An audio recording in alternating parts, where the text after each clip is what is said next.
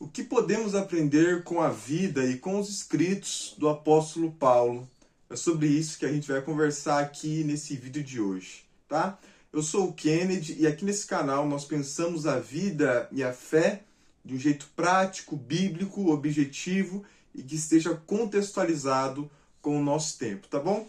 Eu quero então te convidar a fazer parte disso, a estar aqui com a gente, tá? Hoje começamos uma série aqui de 12 vídeos sobre o apóstolo Paulo.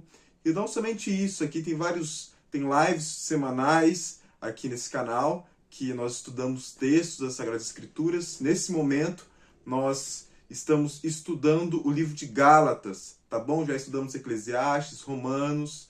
Então, eu quero te convidar a fazer parte disso, tá? Então, se inscreva aqui nesse canal, ative o sininho, comente aqui nesse vídeo, dê a sua opinião, o que você espera aqui, porque, como eu disse, esse é o foco, pensar a vida e a fé de um jeito prático e objetivo. Como eu disse, nós estamos em uma série, começamos hoje, e ela é baseada nesse livreto aqui que eu escrevi, sobre 12 lições da vida de Paulo, tá? E aqui nós iremos trabalhar aqui nessa série, serão 12 vídeos, e então 12 lições que nós podemos aprender com o maior missionário que essa terra já viu, né? Com o apóstolo Paulo, tá bom? Então, sem mais delongas, vamos começar. Hoje a nossa primeira lição tem a ver com a conversão e tem a ver com a vida, como nós entendemos Deus e como nós passamos a nos conhecer. O nosso título é O Maior dos Pecadores. É a nossa primeira lição. O texto base é 1 Timóteo, capítulo 1, versículo 15. E o texto diz assim, passo a citar. Esta é a palavra fiel e digna de toda aceitação, que Cristo Jesus veio ao mundo para salvar os pecadores, dos quais eu sou o principal. A primeira coisa que nós temos para falar sobre Paulo é que Paulo ele era um homem em 3 mundos, podemos dizer assim. Da cultura judaica, da cultura grega e da cultura romana. Paulo estava atento no que estava acontecendo em sua época. Ele era, como ele mesmo disse, fariseu de fariseus, da tribo de Benjamim. Então, ele conhecia tudo que estava ali. Ele conhecia a lei, mas também ele conhecia o Império Romano, conhecia a filosofia grega. Só que o que ele pode falar a respeito de si próprio, quando ele tem um encontro com Cristo, não é sobre seus títulos, a sua eloquência e as suas obras.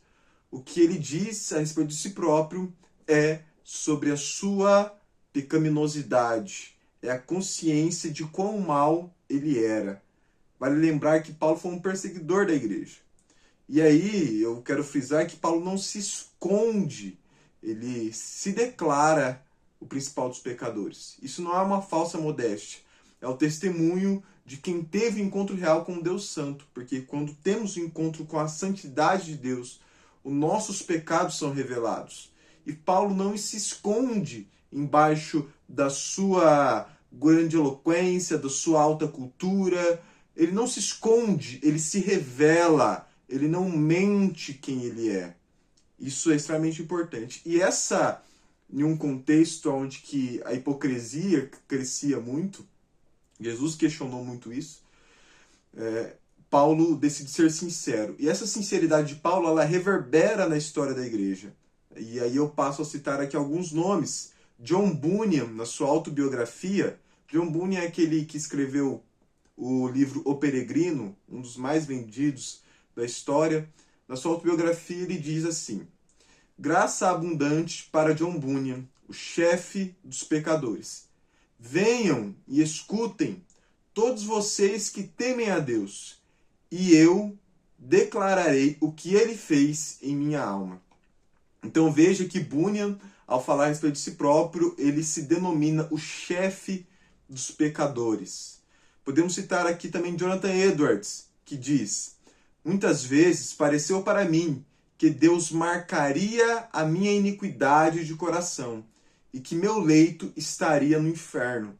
Então a impressão de Jonathan Edwards é que quando ele morresse, ele iria diretamente para o inferno, de tamanha a consciência da sua pecaminosidade. Mas, obviamente, como o próprio Edwards disse, a única coisa que nos impede de ir para o inferno é o bel prazer de Deus. Ele disse isso no seu sermão Pecadores na Mão de um Deus Irado. Então perceba que existe a consciência da maldade, mas existe a consciência da graça de Deus, né? Martinho Lutero, o último que eu vou citar aqui da história da igreja, ele diz o seguinte: quando um homem chega ao conhecimento da praga do seu próprio coração, ele não é apenas miserável, ele é a própria miséria absoluta. Não apenas pecador, ele é o próprio pecado absoluto. Por que pensar sobre essa pecaminosidade, sobre a depravação que temos, é importante? Porque quanto mais nos aproximamos de Deus, mais clara se torna a nossa própria miséria. Isso é as Escrituras. Lembra-se de Pedro, quando ele tem um encontro com Cristo, ou quando Cristo pergunta: quem vocês dizem que eu sou? E ele diz: tu és o Cristo, Filho do Deus vivo. E a resposta do próprio Cristo para ele é: tu és Pedro. Ou, traduzindo, tu és uma fagulha de pedra. Então veja que a ideia da revelação de Cristo, a revelação que nós temos de Cristo, mostra a nossa maldade, a nossa pecaminosidade. É sobre isso que a gente vai falar aqui agora. Porque a conversão à luz das Escrituras não começa com o orgulho do livre-arbítrio, quero dizer, com a nossa capacidade de escolher Deus. Pelo contrário, a conversão começa com a quebra do coração, com o reconhecimento de que somos maus, que não temos mérito algum e que só Cristo salva. Então, a primeira coisa que acontece quando a graça nos alcança não é nós falarmos: poxa, olha aí, eu consegui, eu escolhi Deus, eu pude ver a luz e falar: pô, eu vou servir a Deus. Quando a graça nos alcança, a primeira coisa que a gente faz é: se não for Deus, eu estou perdido.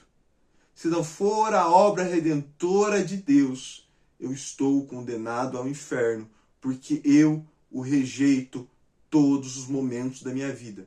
É isso que a graça faz, é isso que a graça fez com Paulo. Então, por isso que Paulo pode dizer que ele é o principal dos pecadores.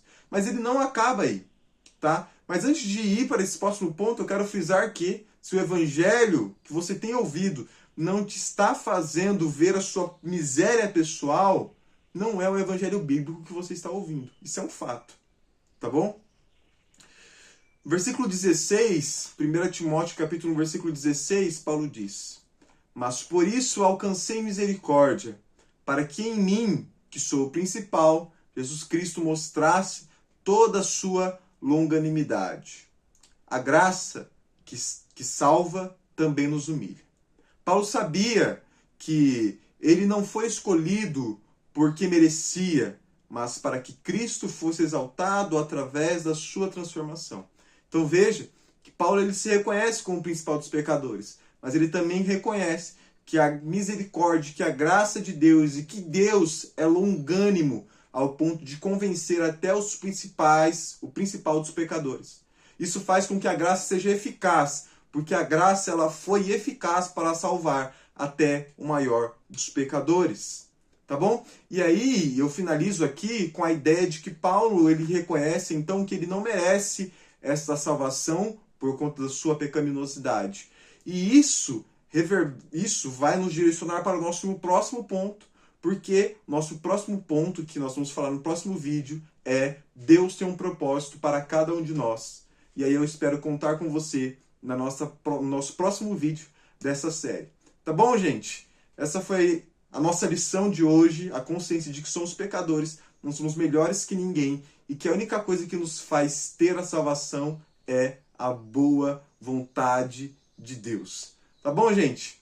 Espero encontrar você no próximo vídeo. Lembrando, se inscreva aqui, ative o sininho, comenta, compartilha, porque isso vai fazer o vídeo chegar ainda mais longe, tá bom? Deus abençoe e até a próxima.